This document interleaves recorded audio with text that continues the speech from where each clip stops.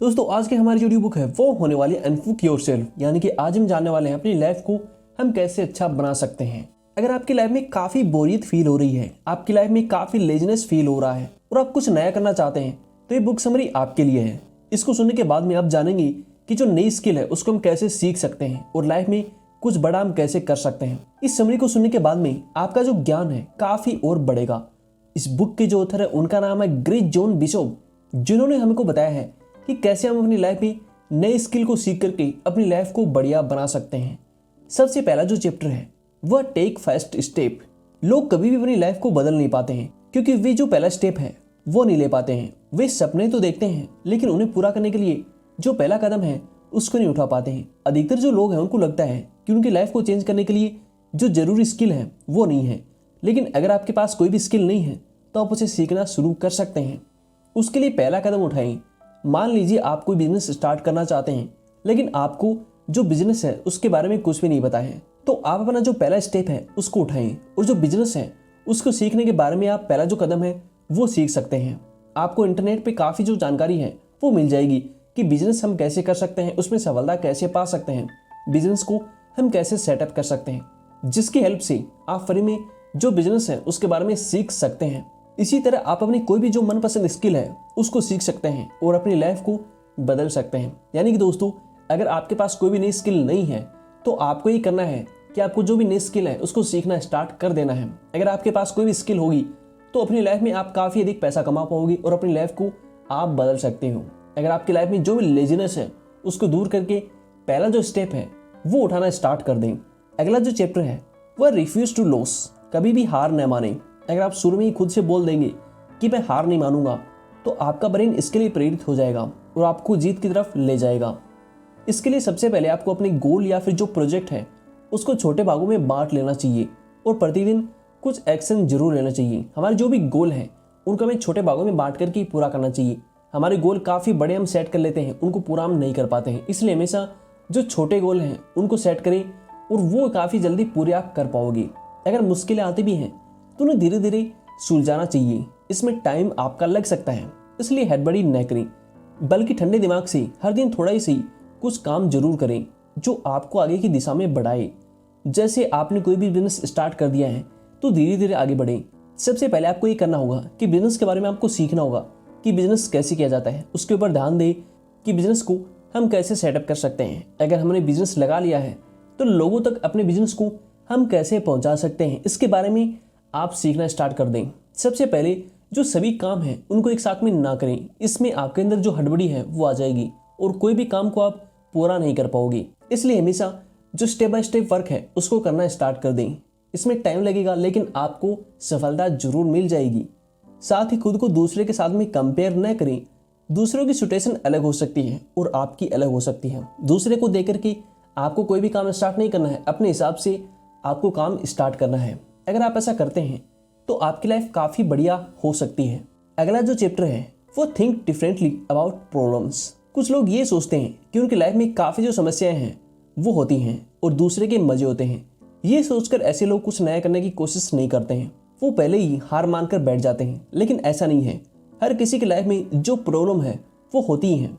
इसलिए आपको हमेशा जो ऑप्टिमिज्म है उसको अपनाना चाहिए। कितना भी बुरा समय चल रहा हो आपको कुछ पॉजिटिव ढूंढ लेना चाहिए। आपकी लाइफ में कुछ जो प्रॉब्लम है वो जरूर होती हैं, लेकिन उसके साथ साथ अच्छी चीज़ें भी तो होती हैं। लेकिन हम ऐसी मेंटेलिटी बना लेते हैं कि जो प्रॉब्लम है उन्हीं को हम देखते रहते हैं।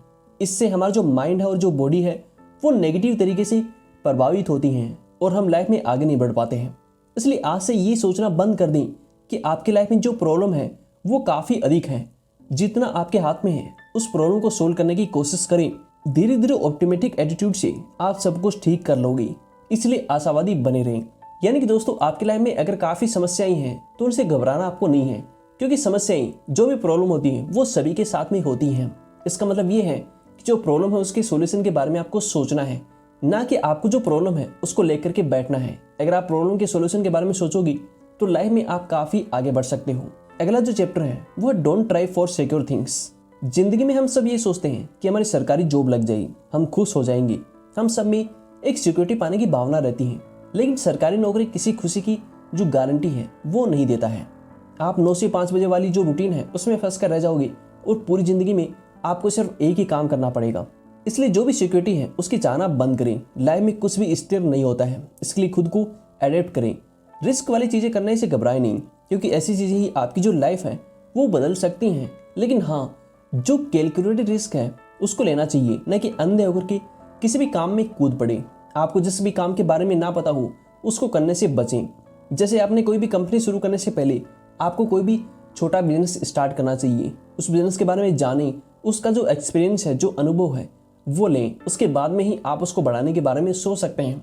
अगर पहले ही आपने काफ़ी बड़ी कंपनी को सेटअप कर लिया है और आपको कोई भी एक्सपीरियंस नहीं है, कोई भी नॉलेज नहीं है, तो काफ़ी जल्दी आपका बिजनेस लॉस में जा सकता है और आपका जो बिजनेस है वो काफ़ी जल्दी बंद भी हो सकता है। इसलिए हमेशा सोच समझ के जो काम है उसको करना स्टार्ट करें।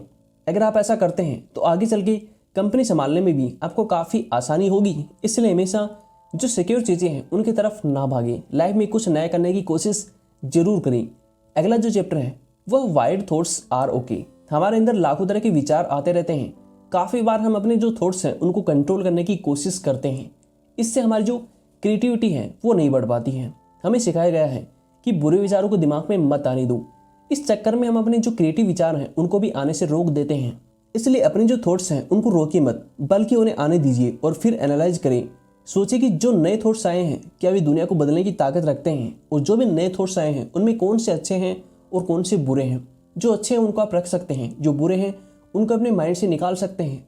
क्योंकि कई बार हमें अपने थॉट्स से डर लग जाता है और उन्हें हम दिमाग से हटा देते हैं, बल्कि ऐसे ही थॉट्स में ही जो क्रिएटिविटी है वो छुपी होती है। इसलिए अपने जो वाइड थॉट्स हैं उनको समझने की कोशिश करें। हो सकता है कि उन थॉट्स में आपको एक नया आइडिया मिल जाए जो समाज में अभी काफ़ी मौजूद नहीं है। इसलिए हमेशा जो भी थॉट्स हैं आपके माइंड में उनको एनालाइज करें और जो अलग थॉट्स होते हैं उनके बारे में भी सोचना स्टार्ट कर दें, क्योंकि आपके जो विचार हैं वही आपको काफ़ी सफलता दिला सकते हैं। अगला जो चैप्टर है वो रिप्लेस जेलसी विद चेंज। मनुष्य स्वभाव से इमोशनल प्राणी है।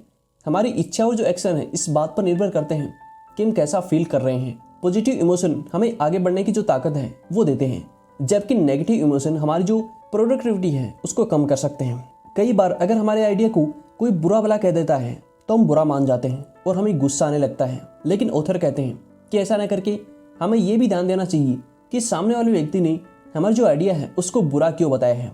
अगर सच में आइडिया में कोई कमी है तो उसमें सुधार करना चाहिए और आपका जो आइडिया है और भी अच्छा हो जाएगा ऐसा करने से।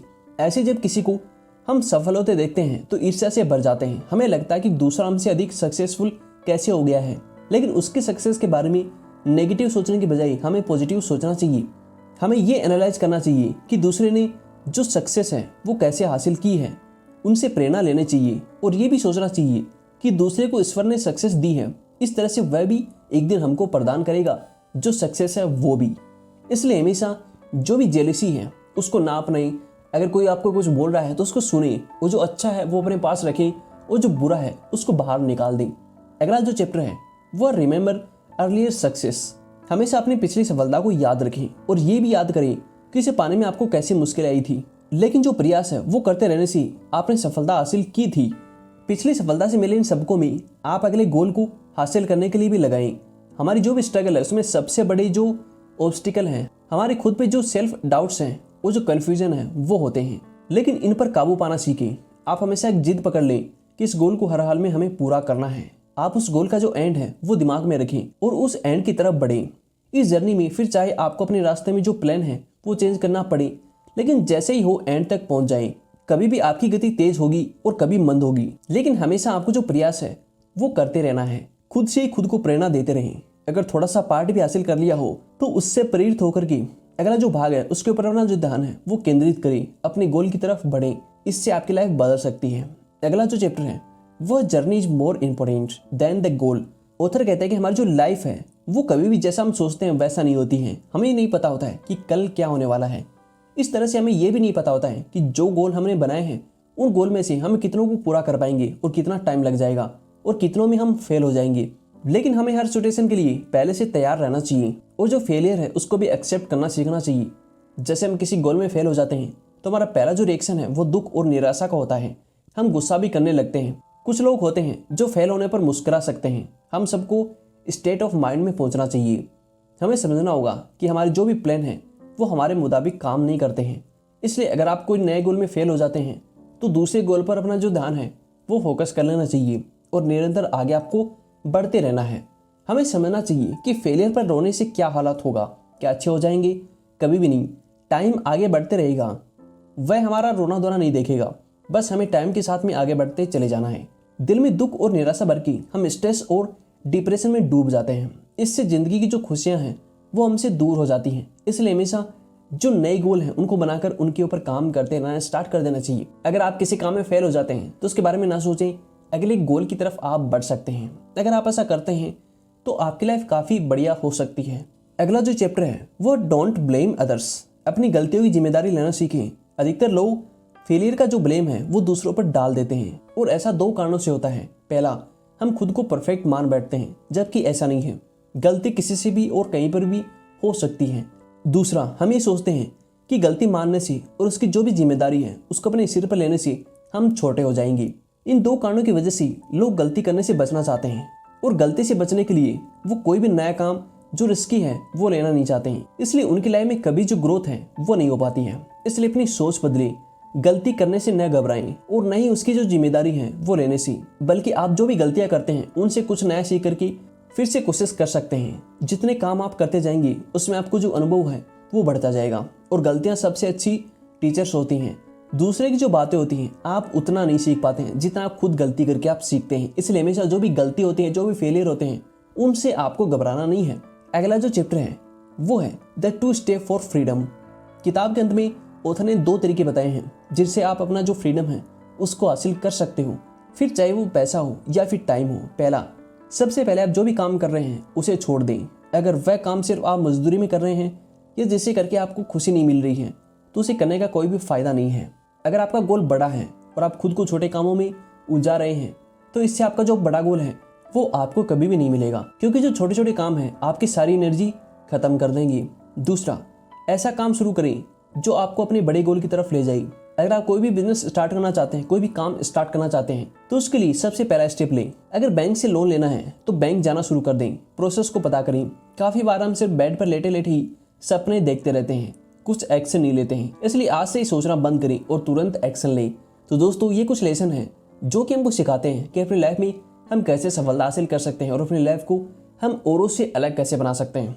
अगर आप भी ये जो चैप्टर है इनके ऊपर ध्यान फोकस करेंगे और इनको अपनी लाइफ में इंप्लीमेंट करेंगे तो आपकी लाइफ काफ़ी जल्दी बदल सकती है।